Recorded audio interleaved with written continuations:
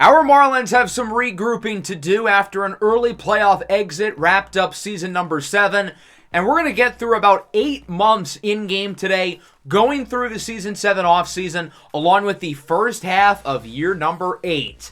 In the last episode, we had the NLDS, losing in 4 to the New York Mets, who ultimately ended up winning the World Series. And today we look to rebound, and that starts with the offseason, which obviously normally gets its own episode, but we can go quicker through it since we're towards the end of the series. And going into it, I expect it to be a pretty quiet offseason. We'll see if that ends up being the case. But on paper, we don't really have many key free agents, and I think for the most part, we should be able to run it back. Real quickly, I still want to do the stud and dud of the year. I didn't have an official vote. And again, since these seasons are now 2 to 3 episodes long, I figured instead of rewarding and punishing those in a big way, I'm going to choose 3 studs and 3 duds for the majors and minors, and they'll all just get plus or minus 1. That way, it's not like some big jump or big fall for a season that, again, obviously was super quick in real time. But nonetheless, it was a super successful season for the team, winning 97 games, best record in the National League, and we had some guys really play well. Edward Cabrera, 3rd straight Cy Young. He had the best year of his career, as if he could get any better. Woody Landry, batting title, 2nd place for the MVP. Brian De La Cruz had the best year of his career. Jacob Berry had the best year of his as well. In the minor league systems, we had a number of guys who played really well and a number of guys who were also kind of disappointing, and we will reward and punish them accordingly and quickly because, well, again, we have a lot to go through. Also, real quick, within the next day or two, I'm going to be uploading a YouTube short announcing the teams who are my finalists for my MLB The Show 24 franchise. As I said in the channel update a couple weeks ago, I want to do more stuff with YouTube shorts, and my first one in quite some time will be my announcement of the teams that I will be considering. So make sure to stay on the lookout for that. We'll be going through the voting process pretty quickly since the game comes out in around 3 weeks. So let's go through our studs and duds of the year. We will start with Brian De La Cruz. He is one of our studs of the year. He will go up by 1. He now has 90 potential. De La Cruz missed the first month and a half of the year, but after that, he was really good. He is a player option, and I wouldn't be surprised if he declines it, especially with his rise this season. Other than Edward Cabrera and Woody Landry, the highest WAR of any player on this roster was Jacob Berry, who finally put it all together this year. It took a little while, but here at age 27, he's finally done it. And then Joe Shearer as well had a fantastic year in the bullpen, and he's been really good multiple years in a row. He also gets A potential now, and I'm really excited about his future. There were certainly a couple of guys I thought about here. Obviously, Edward Cabrera and Woody Landry were 2 of the best players in baseball, but ratings-wise, we expect them to be. And then MJ Melendez I thought about as well, especially after how good he was in the postseason. But he didn't necessarily exceed expectations throughout the regular season. He met expectations. He was really good, but he didn't necessarily take that leap up. As for our 3 duds of the year, we're going to start with Isaac Stu, who was a little bit disappointing. Certainly not as good as he was last year. Still pretty solid, but disappointing, I would say, nonetheless. So he'll go down by 1. He's an 89. For a former first-round pick, Andres Vina, I feel like, has been pretty unimpressive in his major league career. Obviously, relief pitcher isn't necessarily high positional value, and so far I've been a little disappointed with him. And then Max Meyer is going to be the other one.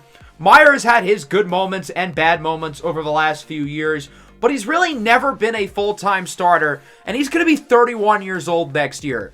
If not now, when? So he'll go down by 1. He'll be an 86 overall, and I imagine he'll be fighting for a rotation spot in spring training. Now for our minor league winners and losers. Ziggy Zidane was legitimately one of the best offensive players in minor league baseball this year, and he will get to go up by 1. He played a little bit for the big league team over the last week or so of the regular season, and he was really good, so he'll definitely get an opportunity to compete for a roster spot in spring training. Brandon Clark as well in the outfield, one of our recent draft picks in the first year of the system. He was really, really good. He'll go up by 1 as well, and he will also get to compete for a roster spot in spring training. Our final winner is another AAA bat, and that's Johnny Henderson, who in terms of potential is maybe the best prospect in the entire system. He was very raw when we drafted him. He's been in AA over the last few years. Hasn't been all that good, but he had his best season statistically here in AAA, and I think he deserves a boost.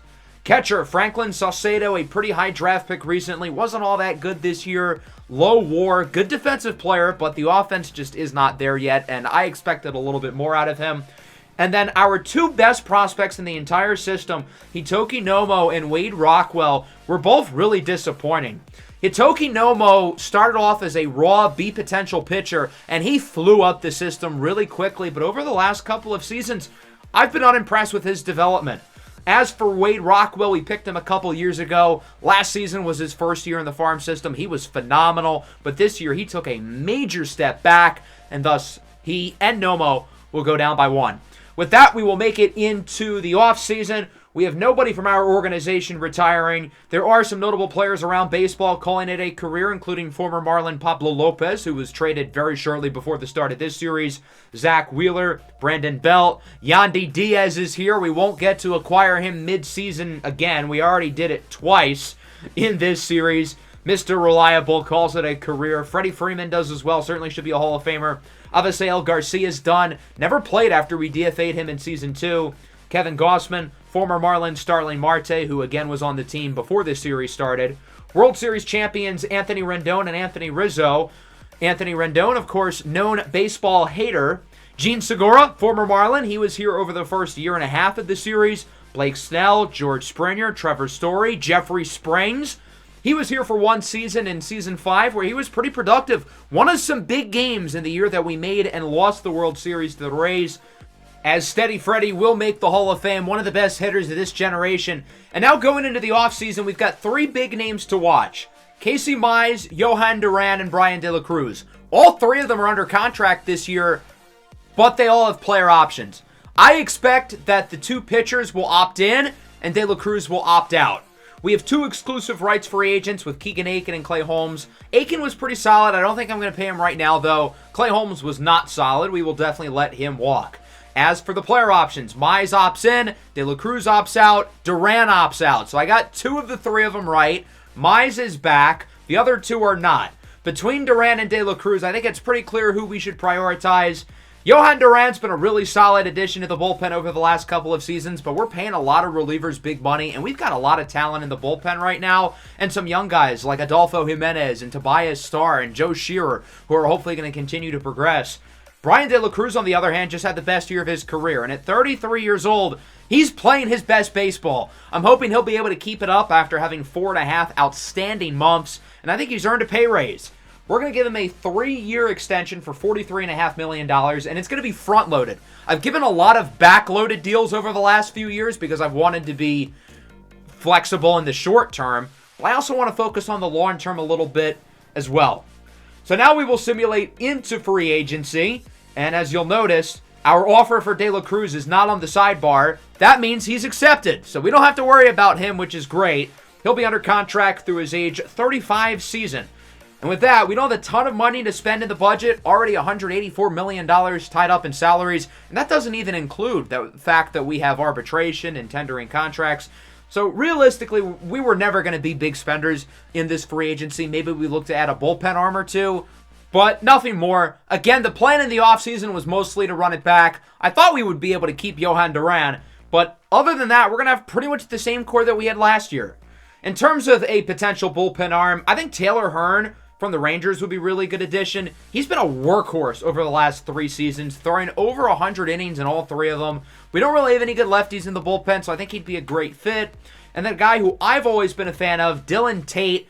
He has bounced around over the last few years. He's been a little inconsistent, and he was on our team previously. We had him back in Season 4. He was really solid. He's been with the Red Sox over the last 2 years, and this season in particular, he wasn't really all that good. But I trust that at 35 years old, there's still something left in the tank, and he can bounce back to his previous form over the last few seasons. And those are going to be our only bids. Hopefully we can get one or both of these guys, but I really don't feel like we need to do anything more. In terms of renewing contracts and arbitration, we didn't hand out any big extensions, pretty much chalk. So as we simulate through free agency, we start with a bang. Justin Kramer to the Rangers, also Tyler Soderstrom to the Blue Jays. But Kramer's the big one. He was a generational prospect in the first draft of the series.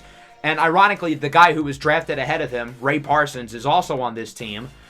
But he is out of our division, leading the Nationals. I thought he would sign for way more money, but he'll get another opportunity to break the bank again when he's 30.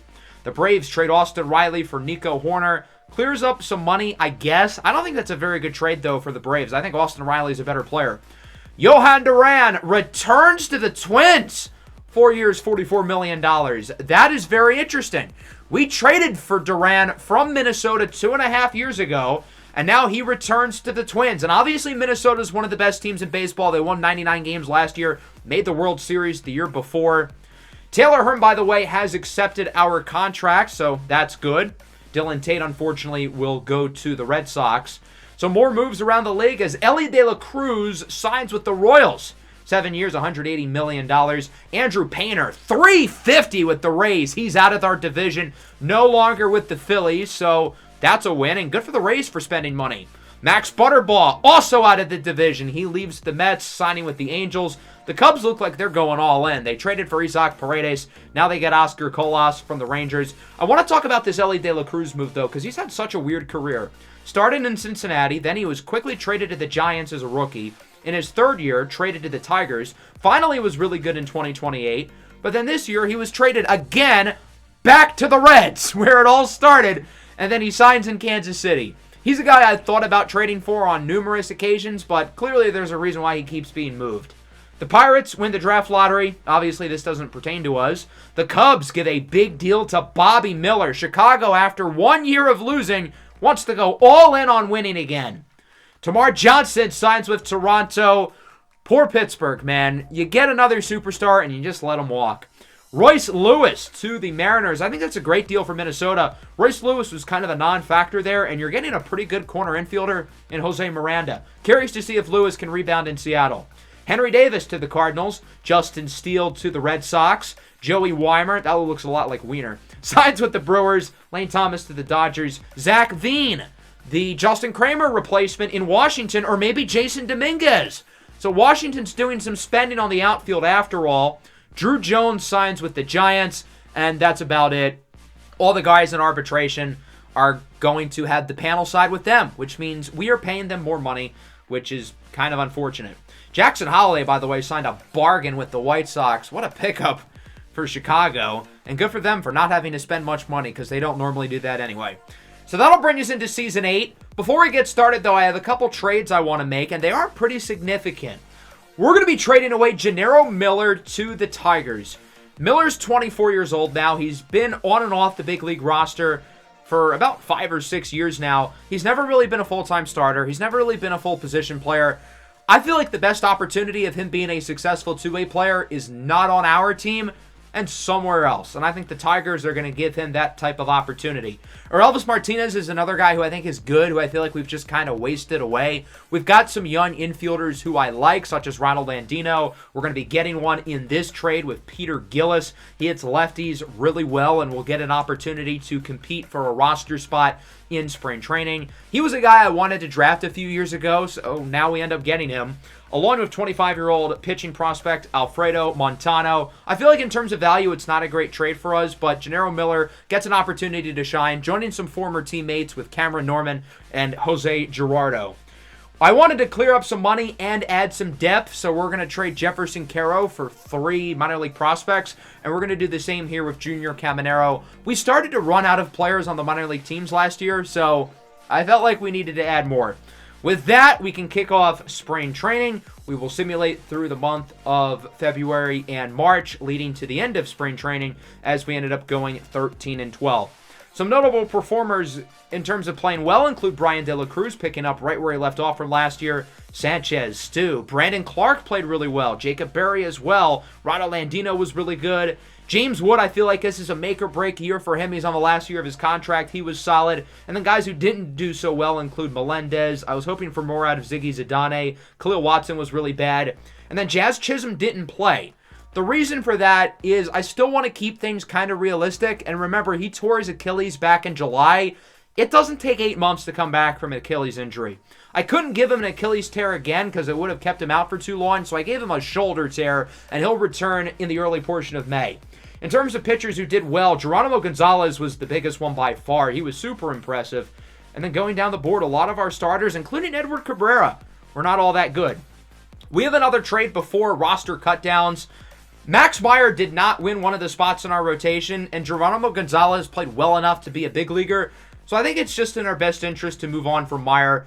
We've had some really good moments and some really bad moments with him, but again, he's never been able to be a full-time starter with us.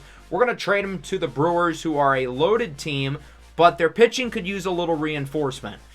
In exchange, we'll be getting Mario Villafuente and Martin Carr. Villafuente's the big get, but Carr was a prospect I liked a few years back.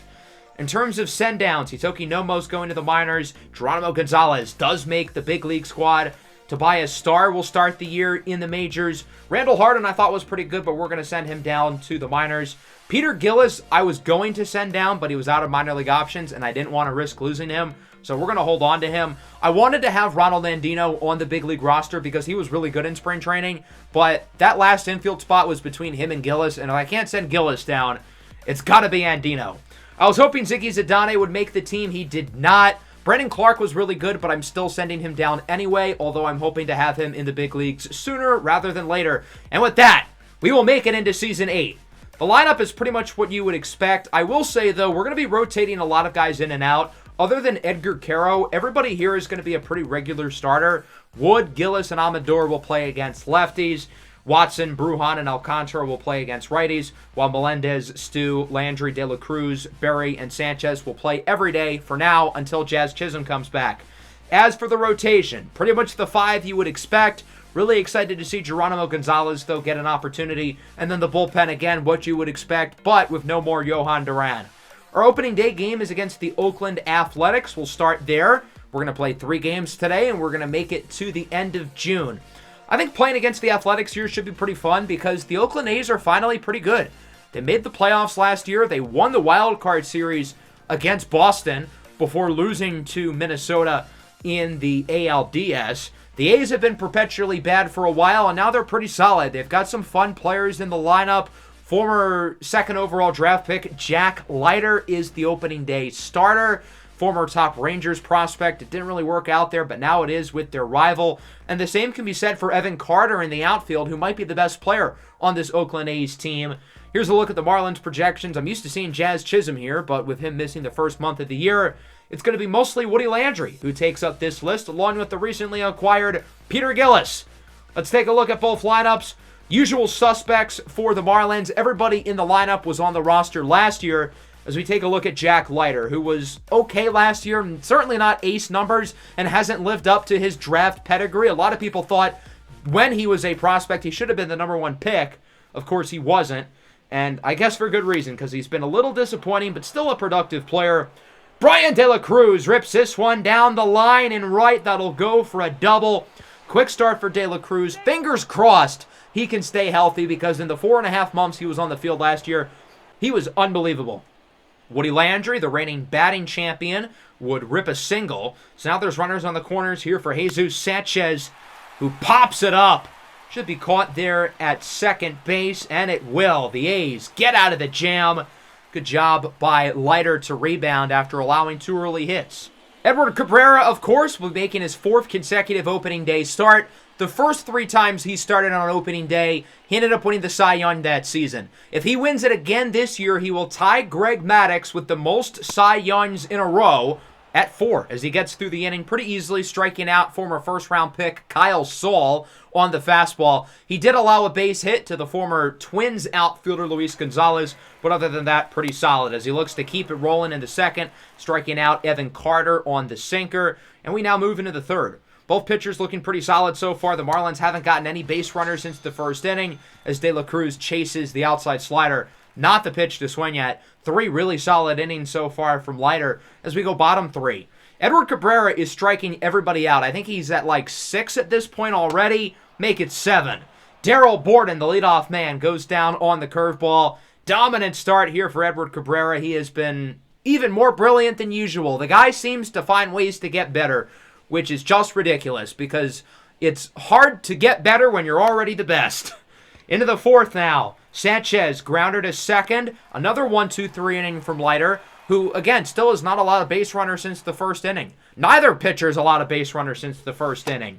C.J. Abrams goes down on the circle change. Another punch out for Cabrera. His 9th of the game. I didn't do him enough justice in that 3rd inning, I guess. Luis Gonzalez lays bunt. Honestly, that might be the best way to get on base for the A's. They haven't been able to put the bat to the ball, so I guess why not get creative? I don't entirely blame them. Into the 5th now. MJ Melendez with a rocket into center, and finally some offense. The first base runner for either team since the first inning. It's been a while. 115 off the bat from Melendez, and now he's aboard for Vidal Brujan, who was acquired last year at the trade deadline. He rips a liner into right. That'll go for a hit. So now, just like that, back-to-back hits for the Marlins. They have 2 runners on base, and a big opportunity now with 2 away here at the top of the order for Kevin Alcantara, who was a little disappointing last year, also had the calf injury that kept him out for a large chunk of the summer, and he looks at the fastball. Leiter through 5 scoreless as he gets out of another jam, and we go to the bottom of the 5th. Cabrera has only allowed 1 base runner the entire game, facing off against Trent Grisham, who strikes out on the curveball. Another punch out for Cabrera. I've lost count of where he's at. I only have 10 fingers. He's over 10 at this point. As the game remains scoreless going into the 6th. Isaac Stu with 2 away pops it up into left, and that one will be caught pretty easily. 6 scoreless innings from Jack Leiter. The Marlins offense getting nothing going. Bottom 6. Shea Langoliers, the catcher, leads things off. Guess what he does? He strikes out on the fastball. Cabrera up to 11 on the day. Willie Castro now, the 9-hitter. Swings and misses at the sinker. There's 12. Can Cabrera strike out this side again? Facing off against Darryl Borden. He rips it up the middle for a base hit. That's Oakland's first base runner in probably like 16 or 17 consecutive at-bats. I mean, it's been a while. First hit for them since the first inning, as that will bring up C.J. Abrams. Swings and misses at the slider. That is 13 strikeouts and just 2 hits allowed through 6 innings for Edward Cabrera, who is literally a unicorn. The Athletics are going to make a pitching change here in the 7th. Interesting decision as they bring in Jose Campos. Leiter's day is done after 6 scoreless innings. Will the A's regret taking him out of the game? Not a great start, as Sanchez gets that one by the glove of the shortstop for a base hit. And the Marlins open up the inning with a runner. That'll bring up Jacob Berry. Career high in WAR last year at just under 5. The former LSU Tiger goes down looking on the splitter. Seems like he doesn't like the call at all. Had some words for the umpire. That pitch was very clearly a strike. I don't know what he's thinking, but okay. MJ Melendez puts it on the ground. 6, 4, 3. Double play, and Campos makes it through the top of the 7th with still no score. Bottom 7, Luis Gonzalez into center, bloops it, and that will drop for a hit. So now the A's get another base runner here with nobody out. Can they potentially drive him in? That will bring us to Kyle Saul, the big first baseman out of Texas Tech. Swing and miss at the sinker. Punch out number 14 for Edward Cabrera. Evan Carter now crushes it into left field. And for the first time today, we've got runs. It took us to the bottom of the 7th inning, but it's Evan Carter and the Oakland Athletics off of a 2-run homer. And they end the shutout in what has been a dominant game from Edward Cabrera, and they now lead it 2-0. Big swing for Carter. That pitch wasn't even a strike. Great pitch by Cabrera, but Carter crushed it. The following batter, Gabriel Guimarães, the third baseman, goes deep into left field, and it's 3-0. Holy Toledo! Back-to-back home runs for the Oakland Athletics, and they add to their lead. Guimarães with his obviously first home run of the year, and Cabrera is going to be yanked out of the game. 6 dominant innings from Cabrera, just for it to all fall apart in the 7th. He'll be replaced by Taylor Hearn, the free agent signing from the Rangers, who's obviously played against the A's plenty of times throughout his career. And his Marlins debut is not off to a good start. Willie Castro with a double. Run looks to head home. He's safe. And it's 4-0 Oakland. Big double for Castro. That was Shea Langoliers who scored. Back to the top of the order. Darryl Borden strikes out. That'll wrap up a disastrous 7th inning from the Marlins. Edward Cabrera allows 2 home runs to Carter and Guimarães. Taylor Hearn comes in the game. He allows a run. And so it's 4-0. And the Marlins got to get something going fast as they get a walk from Vidal Brujan. Good start. Got to take advantage, though, of the runner on base, and that's exactly what they don't do. 1-6-3, another double play for the Oakland defense, and the Marlins are 1 inning away from getting shut out here on opening day. Camilo Doval comes into the game here for the Marlins. Been a great reliever for this team for 5+ years now at this point. He's been around for a while. As C.J. Abrams leads off the 8th with a single. The A's offense has just flipped the script over the last couple of innings. They had 2 hits through the first 6 innings. Abrams is out, stealing second. MJ Melendez behind the plate, part-time ball player, full-time sniper. Kyle Saul now will ground this one to second. Brujan! What a play. Makes the throw, and Doval gets through the 8th. No further damage done as it remains 4-0, and we move into the 9th. Jose Campos remains in the game. He'll face off against Brian De La Cruz, who bloops this one into right, and that one will drop. De La Cruz is going to go, but then he realizes, yeah, no, shouldn't be doing that. Go back to first. De La Cruz with a multi-hit game. At least he's kind of showing up for the offense, I guess. Woody Landry puts it on the ground. The A's looking for another double play, and they get it. 3 consecutive innings with a double play from the Oakland infield. Not ideal, partner. That'll bring us to Isaac Stu, 0 for 3, looking to keep the game alive, and he will. Single into center, another hit for the Marlins, and so they get a runner aboard here with 2 away. Don't look now, kids. Put on your rally caps. Jesus Sanchez now, the 2-2. Swinging a miss on the low changeup, and that'll do it. The Marlins get shut out here on opening day by the Oakland Athletics by the score of 4-0. The A's got all 4 of their runs in the 7th inning. Really a pitcher's duel throughout. And Edward Cabrera is going to get the loss. He allowed 3 runs, but through the first 6 innings, my God, was he dominant, allowing 2 hits and 14 strikeouts before the wheels ultimately fell off. The offense failed us 7 hits, only 1 extra base hit. That was back in the first inning off of the De La Cruz double. He was the only guy with multiple base hits. Oakland's offense, again, wasn't that good either, but they got hot at the right time with homers from Carter and Guimaraes. And with that, we start the year 0-1. Losing on opening day yet again as we're going to simulate through April. Have some interesting stretches here. We play against the Cardinals twice. The Giants are a good team. The Mariners just made the World Series. The Orioles should be tough. The Nationals, you never know with them. The Royals are talented. And obviously the A's are pretty good too. We ended up going 17-15. We got swept by Oakland, scoring 1 run in that series. But thankfully, things got a lot better offensively after a slow start. Our team usually starts the year off pretty slow in April, so this isn't abnormal for us or anything. We're currently in 2nd place, 3 games out of 1st place with Atlanta in the lead. That surprises me because their pitching staff is atrocious. Their ace is like a 79 overall. We are currently in the wild card race as we take a look at some guys who are performing well and performing not so well. De La Cruz has 8 homers. Woody has 9. Sanchez has 8. Barry's been good. Isaac Stu is the big one, though. He's back. He's looking like an MVP once again, and he is currently the MVP frontrunner. As for the pitching, Cabrera's doing his thing, but he's regressing. At 31 years old, with showing no signs of slowing down in terms of his numbers, but he might be getting worse. This could be the beginning of the end for Edward Cabrera's prime. The rest of the rotation's been very mediocre. Matthew Liberatore is going to move to the bullpen because Geronimo Gonzalez has been really good. Casey Mize has gotten off to a slow start again. On the bright side, though, the team's been super healthy, and Jazz Chisholm should be coming back within the next day or so. I want to play against the Giants. They've been a competitive team in the NL, and it's always fun to play at their park. So Jazz Chisholm is no longer injured. He's finally back, and we're going to send down Tobias Starr. He's only pitched in 2 innings, and we haven't really needed him.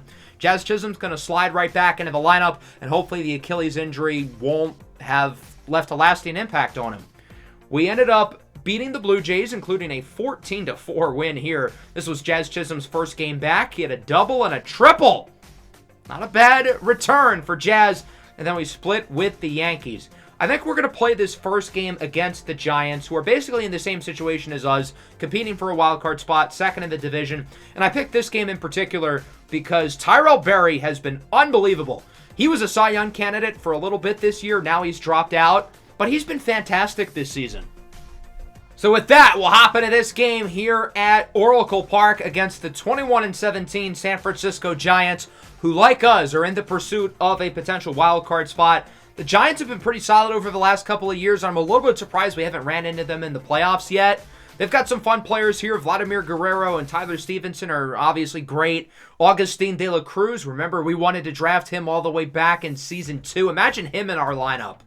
The lefty, Bailey Falter, will get the start for San Francisco. He's been not the best this year, so hopefully the offense can have a good game. That starts with the MVP favorite, Isaac Stu, who nearly won the MVP 2 years ago, back into MVP form after a disappointing season last year as he flies out to center. I don't know why Jordan Walker's playing center, but okay. Here's a look at Tyrell Berry, who's 5-1 so far, 3.22 ERA, 1.32 WHIP. Berry's a super young guy, only 22 years old, but hopefully he can really form into the long-term number 2 and maybe even the long-term ace of the staff as Cabrera gets older. Guerrero lines out to first. Woody Landry with the snag. No score, no base runners through 1 as we move into the second. Brian De La Cruz is picked right where he left off from last year. The pay raise has proven to be a good decision, and he's playing at a star level once again as he sends this one into the right field wall. That'll go for a double, and with 1 out, the Marlins have a runner in scoring position. Jesus Sanchez has gotten off to a great start this year. He's hitting for great power, already nearing double-digit home runs as he rips this one into the opposite field.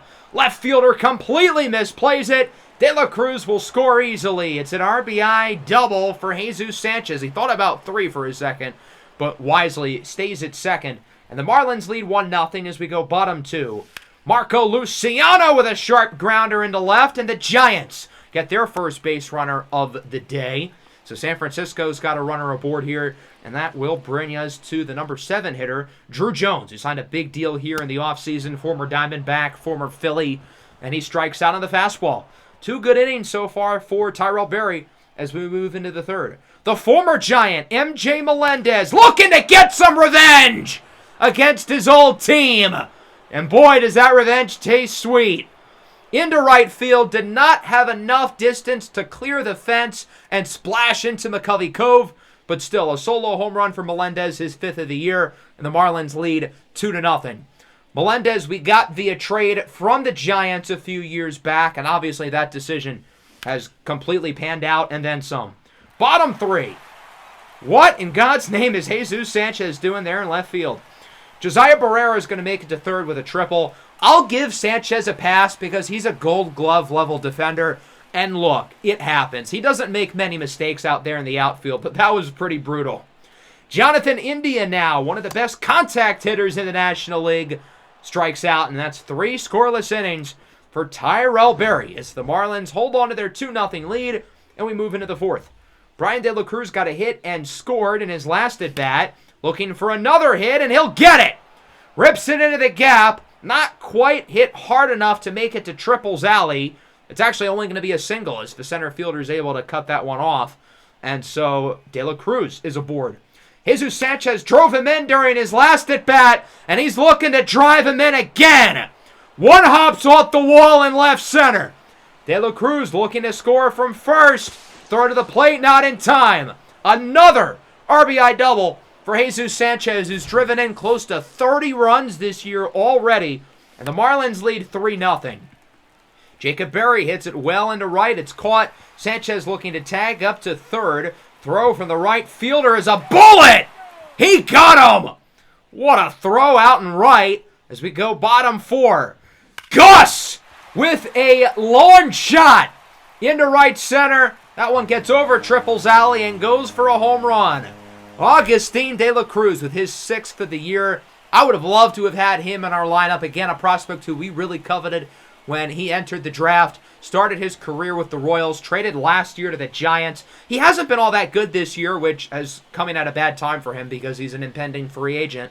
But he's been phenomenal over his big league career thus far. As we move into the 5th, Melendez with a runner on and 1 away. Grounds into a double play. Hey, that rhymed. As Bailey Falter gets through the inning, and I imagine that'll be it for his day. Bottom 5, Tyrell Berry facing off against Jordan Walker. Strikes out on the fastball. Good pitch there by Berry. That'll bring up Josiah Barrera, who had the triple in his last at-bat, and he's looking for another.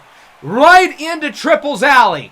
The speedster's got an opportunity to swipe 3 once again, making it to third, and he is safe with a 2-out triple.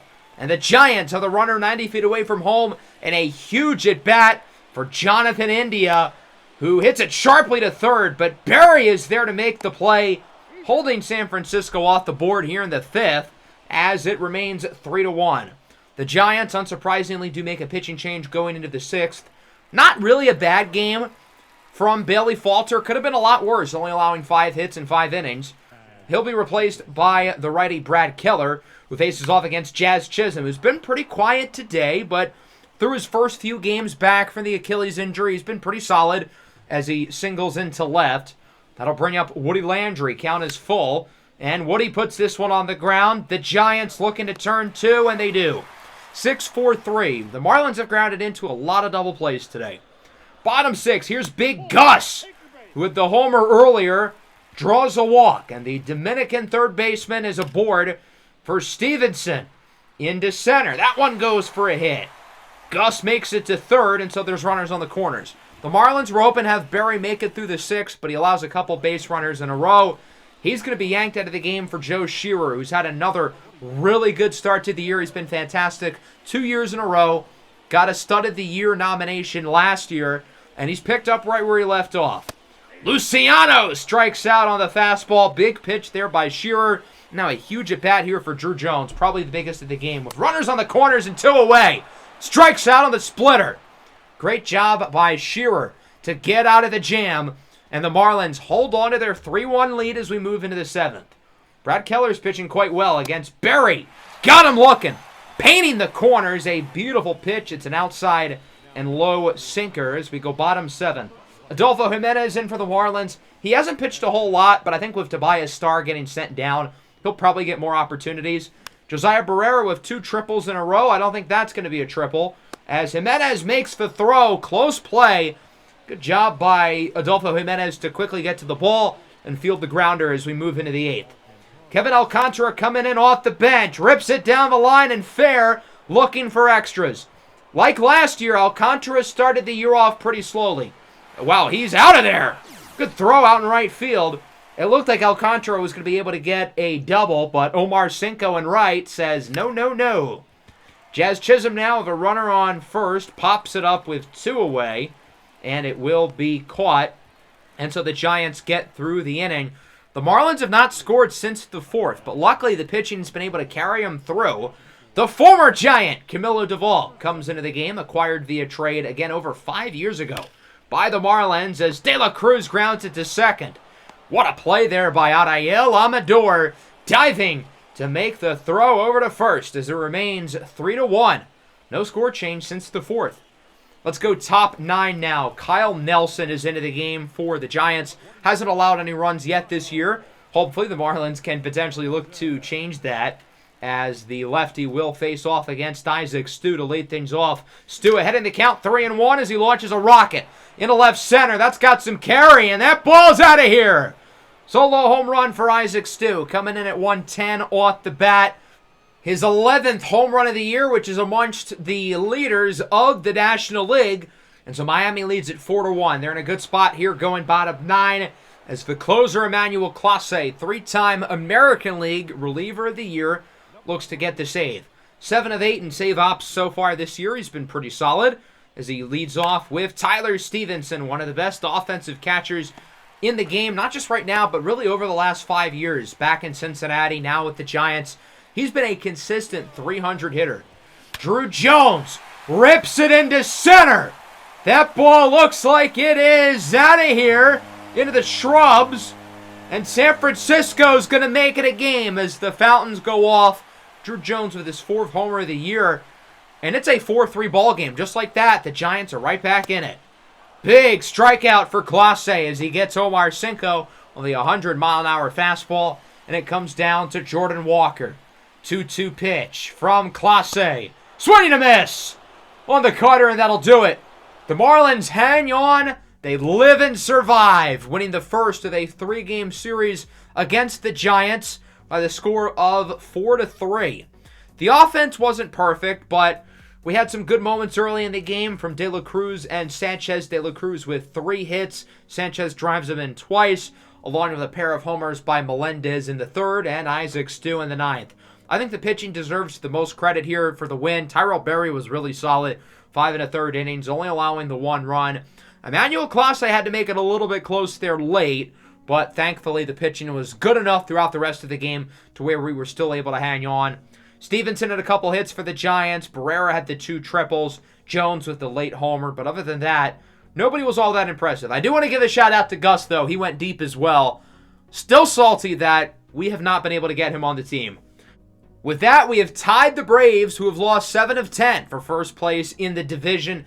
And hopefully we can continue to look to build some ground between us and Atlanta as we simulate through May, wrapping up the Giants series. Then we quickly head out to the Dodgers. And then we finally got some division games for the first time this year against the Phillies and the Braves. And then we've got the Mets after that. So a lot of division stuff here. And we ended up having a great month of May, sweeping the Giants, including a 19-4 win. We lost back-to-back series against the Dodgers and the Pirates. But after that, we won 10 of 11 games. We are getting hot now with a record of 34-22, building up a lead in the division. The Mets and the Braves are now 5 back. Now, I will say we are not considerably at the top of the NL. The Cubs have been really good. The Dodgers as well, as we take a look at the numbers. Jazz has been pretty solid. Woody Landry's average is a lot lower than it was last year, but he's got 18 homers, 53 homers over the last calendar year. Isaac Stew's continuing to play really well. He's still the MVP frontrunner. De La Cruz has still been awesome. Sanchez has still been awesome. And Cabrera is still regressing. And I don't really know how to feel about this. I think this game punishes players for being too good too early in their careers. So I am considering boosting some of his ratings back up. I feel like he's getting punished for winning a bunch of stud of the years. But on the flip side, life also isn't fair. So you can also make the argument to keep his regression where it is. So let me know what you think we should do down below in the comments regarding Cabrera, whose play hasn't dropped off at all, by the way, despite the fact that he's lost some ratings. The bullpen has been really good, but I can't really say the same for the rest of the rotation. The only starter other than Cabrera who had a good month of May was Geronimo Gonzalez, who's playing really well moving into the rotation. And luckily, best of all, a pretty healthy month. Once again, no real injuries, although we did have a lot in the minors. Looking at the schedule here for the month of June, we've got a lot of divisional series at the end of the month with the Phillies, Braves, and Mets. And I want to look at those because we really haven't had many divisional matchups so far this year. So we're going to wrap up the series on the road against the Mets. We play some other good teams like the Padres and Astros also on the road. And as you can see, we had another really good month. The offense really producing. The pitching's been pretty solid. However, the Mets have made up a little bit of ground on us, and they have taken clear control of second place. So because of that, we're going to simulate up to this series against the Mets. And during our simulation in the series against the Pirates, Isaac Stew fractures his wrist. Our team's been super healthy this year, but we finally got a big injury, and it sucks for Stu because he was second in the MVP, and it looks like now he's not going to have a chance to get it. We're going to call up Brandon Clark, who's been phenomenal in the minors. He was great in spring training. He's earned an opportunity up with the big league club. During our stretch of simulated games, we swept the Braves, and we took 2 against the Pirates. So we've been able to build on our lead a little bit in the division over the Mets. We've got some guys who are on fire right now. Jazz Chisholm's been unbelievable in June. He has not lost a step coming off the injury. If anything, he's been even better. He's got a WAR of 3. Woody Landry is amongst the league leaders in home runs. Brian De La Cruz has still been legitimately awesome. He has not slowed down from his year-long hot streak. However, none of these guys have been as impressive as Jesus Sanchez, who is in 3rd for the MVP. And he probably is going to take 2nd soon, considering Isaac Stew is hurt. Sanchez usually hits between 20 and 30 home runs a year. He's already at 23. He's got his 2nd highest WAR of his career. He has taken a leap at 32 years old. He's never made the All-Star team and still actually has a chance to not make it. He's, I think, in 4th for left fielders in All-Star voting, which is wild because he's firmly in the MVP race. And he might be competing with Brian De La Cruz for one of the last All-Star spots, which is kind of wild. But shout out to Jesus Sanchez, who's been playing unbelievably well this year. Let's take a look at both lineups for each sides. The Mets are going to be rolling with Ryan Stevenson, one of their best pitchers. And the Marlins are going to have Brandon Clark make his big league debut starting at the DH spot, batting 8th. Here's a look at Casey Mize, who was pretty bad over the first couple months of the year, but has been lights out here in June. And that's kind of been the thing with Mize. He usually starts slow, but then really picks it up towards the summer. Former Marlin Alec Bohm, who has had a legitimately fantastic year, grounds out to second. Bohm has 15 home runs, which leads the team. He's batting like .320. He's been insane. Here's a look at Ryan Stevenson, the ace of the staff, former #1 pick out of Fresno State. 3.67 ERA, 1.18 whip. Not like elite, but still very solid. As Jazz Chisholm rips it up the middle for another hit. Jazz continuing to dominate. He's been one of the best players really in baseball, period, since coming back from his injury. And if not for missing the first month of the year, he'd probably be in the MVP race as well. That'll bring up Brian De La Cruz. Got him looking on the fastball. Good pitch there by Stevenson to get the Mets through the first as we move into the top of the second. Josh Naylor, never even met her. Hits it high and deep and a left. At the track, at the wall, it's gone! Solo home run for Josh Naylor. And the Mets are on the board first. That's his 11th of the year, and it's 1-0. Yoan Moncada now had some big hits against us last year in the postseason, and he goes down on the fastball. These two teams have beat each other in postseason series over the last few years. I feel like we've really built a little bit of a rivalry with these guys as Berry rips it down the line early here in this second. He's looking for 2, and he'll get 2. Sliding into second safely with a double, and the Marlins get a runner in scoring position with 1 away.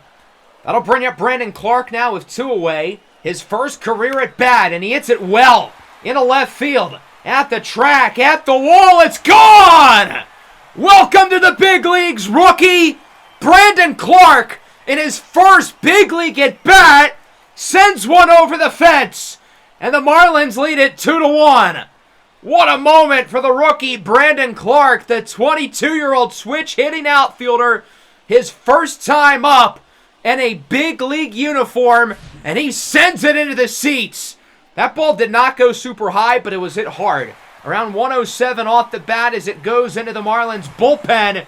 Brandon Clark getting the silent treatment from the guys in the dugout. And now there they go, showering him with love.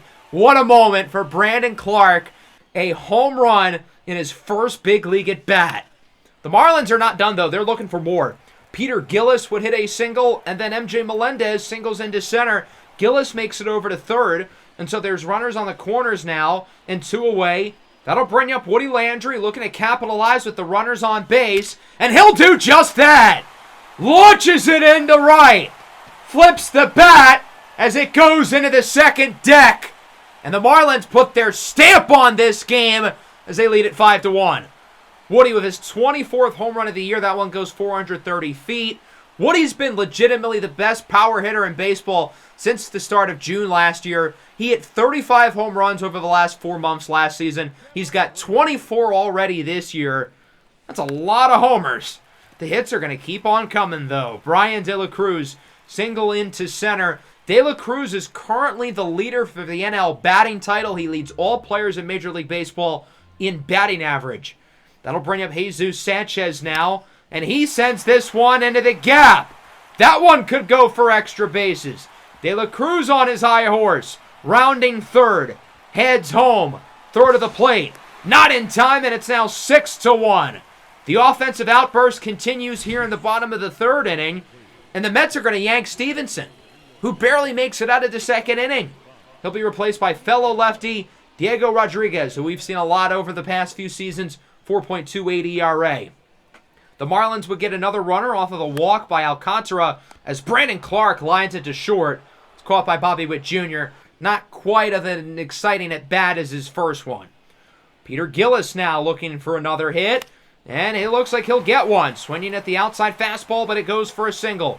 Run looks to score. That's Sanchez. He's safe. Alcantara makes it to third, and it's now 7-1 in favor of the Marlins. Gillis now 2 for 2 with an RBI. That's going to bring up MJ Melendez, looking to add to the lead for the Marlins, and it looks like he might. This one's got a chance to drop in center, and it won't. Brennan Marsh comes down with it, but the Marlins had 2 more runs, and they yank the ace, Stevenson, out of the game. Into the fourth, Bohm splits it between Casey Mize's legs for a leadoff single, continuing his awesome year. I thought Bohm was essentially washed after the poor season 6 he had with us, but clearly not revitalizing himself with the Mets. As Bobby Witt Jr. gets a hit, 2 on, nobody out for Alvarez, who grounds it to third. This could be 3, 5, 4, 3. The throw is offline from Gillis. That was so close to being a triple play. But Peter Gillis at second barely misses the throw. I've done a lot of things on this game over the years. No-hitters, walk-offs, comebacks, championships. I've never gotten a triple play, and that was by far the closest I've ever been. 7-1 still going into the bottom of the fourth, as the first 2 batters of the inning, Landry and Jazz Chisholm, both got base hits. Brian De La Cruz will as well, and it looks like Landry's going to be held up at third, and the bases are loaded. Dear God help us all, with nobody out. That'll bring up Jesus Sanchez now with Woody at third, Chisholm at second, De La Cruz at first. 3 of our best offensive players on base for another one of our best players with an opportunity to look to drive these guys in. Sanchez rips it into right. Does this one have enough for a grand slam? Not quite.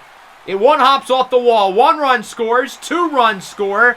De La Cruz is held up at third.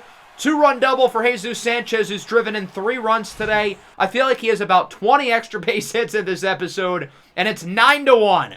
Runners in scoring position, 2 away for Clark, who swings at a pitch that he absolutely should not have. Grounder to short, Bobby Witt Jr. makes the play. Marlins leave 2 in scoring position, but they get 2 from Jesus Sanchez, showing how valuable he is to this offense as we go to the 5th. Moncada in the gap. That one looks like it could go for extra bases, and it will. That's a double. On the play, Jazz Chisholm, you may have noticed, took a hard cut sliding for the ball, and it looked like that he may have messed up his hamstring. It shouldn't be a serious injury, but Jazz is getting older now. He's 31 years old. He's coming off the Achilles injury, so anytime we see injury with him, I'm going to get a little bit nervous. Vidal Brujan's going to replace him at short the rest of the way. Lindor flies out to right, caught by De La Cruz. 5 innings of 1-run ball for Casey Mize, and I wouldn't be surprised if this is it for him with all the run support the Marlins have gotten. 2 on, nobody out again. Unfortunately here, Woody Landry's going to ground into a double play. Could have been another opportunity to add to this lead, but not quite as we move to the 6th. Matthew Liberatore is into the game for the Marlins. I thought he played really well after the trade deadline, but he's been really underwhelming this year, as obviously he's been moved to the bullpen. Strikes out Alec Boehm on the fastball. Bottom 6, 2 on, nobody out again. Looks like another double play. This time it's James Wood coming in off the bench. Wood has been really underrated, I feel like, this year. He's had a great season, hasn't gotten the headlines, but unfortunately unable to make a nice play there. There is still a runner at third, though, with 2 away for Kevin Alcantara, who lines it into right. That'll go for a base hit. And so the run scores, and it's 10-1. The Marlins are in the double figures. I feel like every year we have like 2 or 3 ridiculously high-scoring games with the Mets. The past couple of years, it's come in the playoffs. Top 7, what a play by Wood! Comes down with the catch in center field. Oh my goodness, what a play by James Wood. One of the best defensive outfielders in the game. Bottom 7, here's Melendez. Hits it high and deep and a left. At the track, at the wall, it's caught. Not quite enough carry, I thought it did. Bottom 8, still 10-1. Blade Tidwell is in for the Mets as De La Cruz hits this one high and deep and a right. At the track, at the wall, it's caught. Again, I thought it had the distance, but not quite. The Marlins have had a couple opportunities to add to the lead, although it's not a big deal. We're up by 9. Looks like the Mets are going to cut the lead down, though, here in the top of the 9th, as Josh Naylor hits about as hardly hit of a single as you'll find. Run scores, it's 10-2, and the Marlins are not playing around. No funny business. Matthew Liberatore did his job, but he's going to be replaced by Andres Vina, who immediately allows this to Yoan Moncada. That'll drive in 2. Both earned runs go against Liberatore, and it's 10-4. Vina's had a really good season. He has rebounded and looked more like the first-round pick that we know him to be, and it looks like he'll seal the deal here as Lindor flies out to center, caught by Wood, and the Marlins win it 10-4. A big offensive showing, especially early in this game, with 5 runs in the second inning, 9 runs across the first 4. I think Ryan Stevenson, the starter, allowed 7. The Mets offense was just pretty underwhelming today. They got a lot going in the 9th, but, I mean, at that point, it didn't matter. Chris Paul hits a huge 3 to cut the lead to 43. Rare rough outing from Stevenson. Obviously, he's a great player, but today was not his day. We had a number of notable performers on offense. Bunch of guys with multiple hits. Woody Landry, 2 for 5 and a home run. Jesus Sanchez looked like an MVP. 3 hits, 2 doubles, 3 RBIs. De La Cruz, multiple hits. Shout out Brandon Clark. First big league at bat. He goes deep. And then Casey Mize as well at a really good start. Of course, it wasn't all fun, sunshine, and rainbows as Jazz Chisholm pulled his hamstring. Thankfully, it's not going to be super serious. It'll keep him out probably through the All-Star break. I was kind of hoping he'd sneak into an All-Star spot after missing the first month of the year. It was unlikely anyway, and now the pipe dream is dead. Replacing him on the roster will be Ronald Andino. He played well in limited action last year, and I was really impressed with him in spring training. His potential's gone down, though, which is unfortunate, but oh well, what can you do? We would end up sweeping the Mets. We're 55-29 after the month of June. 7.5 games over the Mets in first place. We had the best record in the NL, second best in all of baseball, as the Minnesota Twins continue to play at a super high level. Wouldn't mind having another Marlins Twins World Series. That'd be pretty fun. So in the next episode, we're going to get through the rest of the season. We're going to play a game in July, August, and September. We're going to get through the trade deadline. Unless the division race gets super close and I want to put the end of the regular season into another episode, we'll likely make it through the remaining portion of the season, leading up to the playoffs, which we should make, but you never know. Baseball's weird. Hope everybody enjoyed. I know it was a long one. A lot of stuff to cover today. Again, we went through about 8 months of in-game action going from the end of October now into July. That's like a whole damn near pregnancy. Make sure to leave a like and subscribe if you're new. Peace out.